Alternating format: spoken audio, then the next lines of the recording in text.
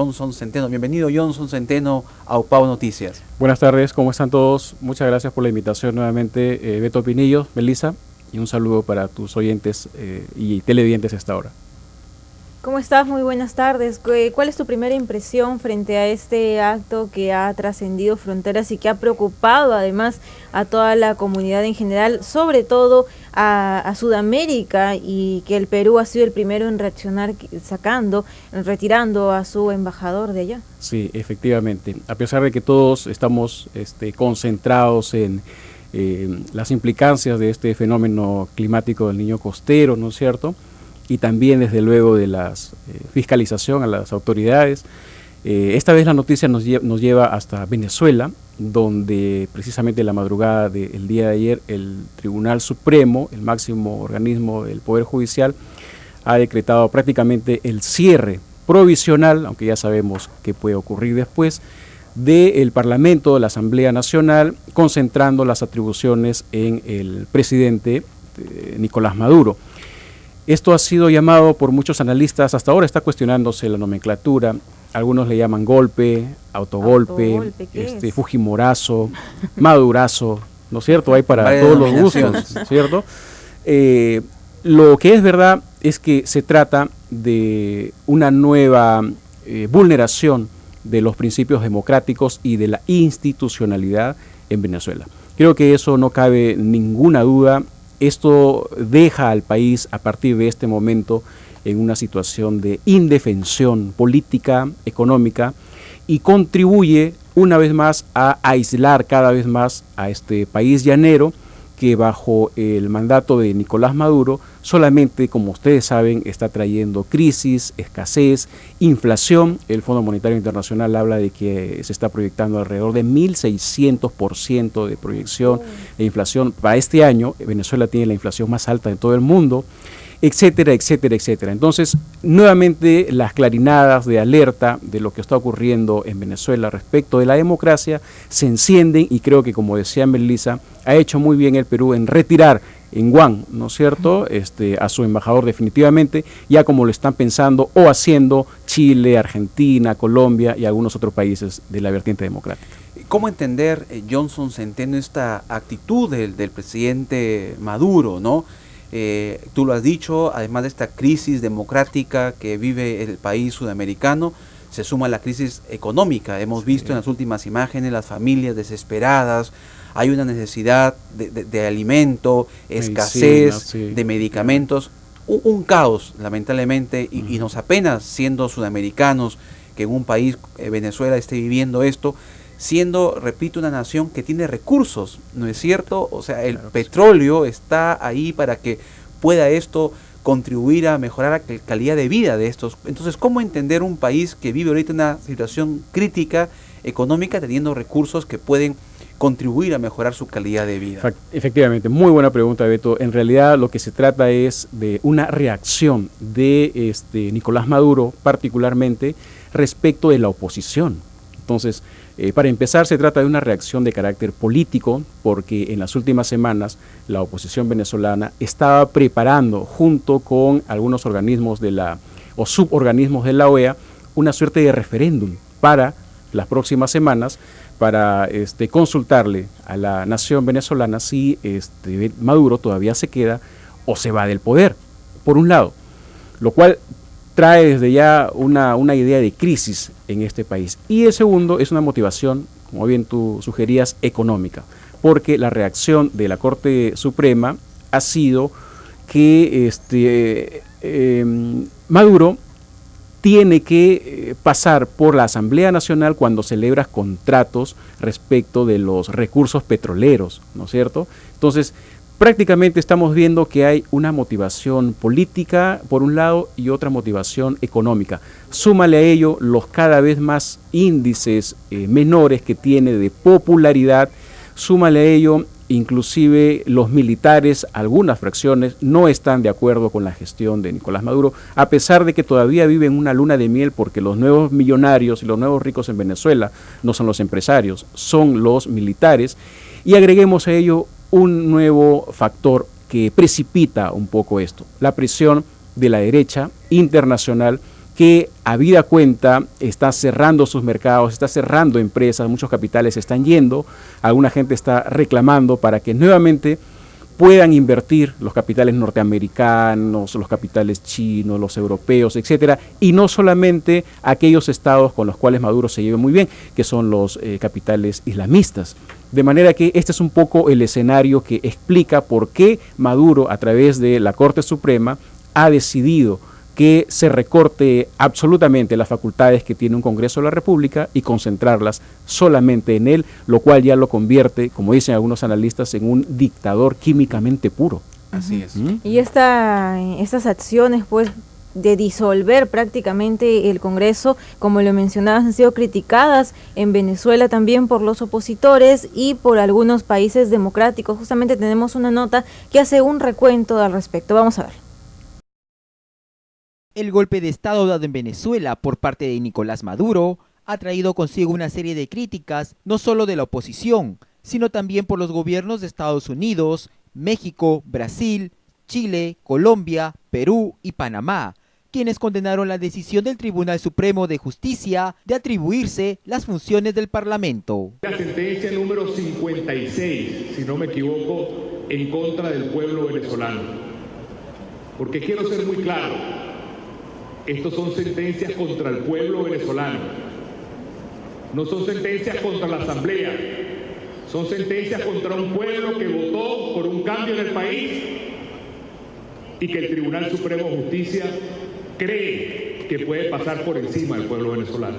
Por su parte, Julio Borges, presidente de la Asamblea Nacional de Venezuela, y los diputados se pronunciaron tras la decisión tomada por Nicolás Maduro.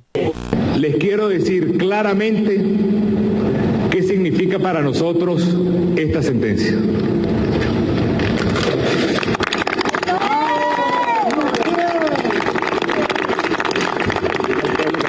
Esto es simplemente basura.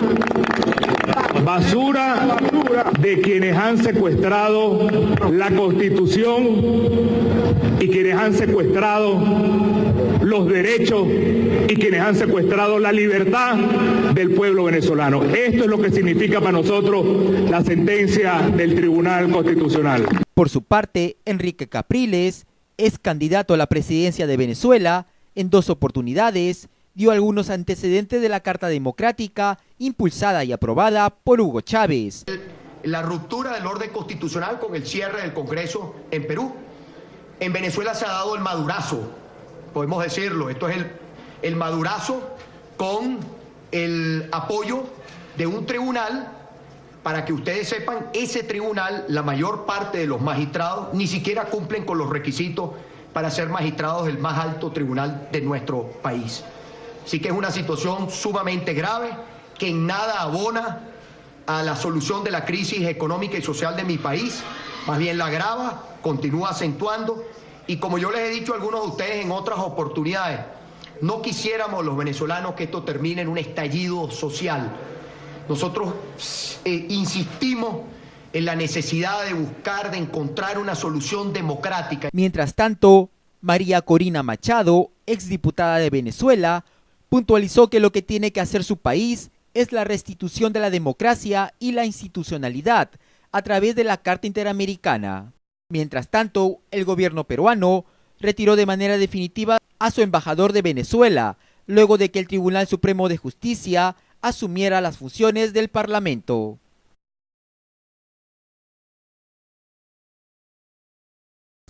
Continuamos con la entrevista en vivo con el analista internacional Johnson Centeno.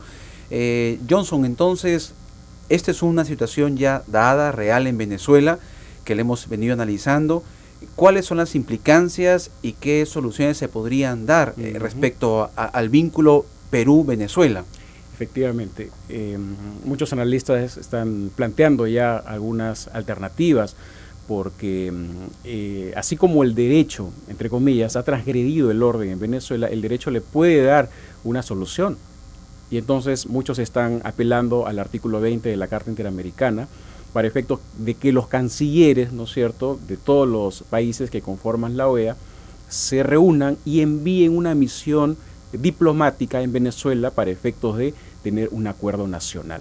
Creo que esa es la solución civilizada, la solución jurídica más cuerda, antes que apelar, como algunos están haciendo también, a los militares, ¿no es cierto?, o apelar al desorden civil, a que las poblaciones se levanten, los estudiantes, las amas de casa, etcétera, lo cual traería de pronto algunas consecuencias desproporcionadas, ¿okay? Entonces me parece que lo más viable sería apelar a este mecanismo jurídico para efectos de que ojalá en un mediano plazo esto pueda resolverse, porque hay que tener en cuenta que esto no funciona si no hay voluntad política del mismo Nicolás Maduro, pero como estamos viendo, al parecer esto va a ser completamente adverso, porque él ya ha justificado esta medida de la Corte Suprema y ha dicho que es una reacción frente a la derecha neoliberal que está en Latinoamérica, de manera que tenemos para rato todavía. Ahora, pero estas reacciones que pues mencionabas, reacciones civiles de levantamiento,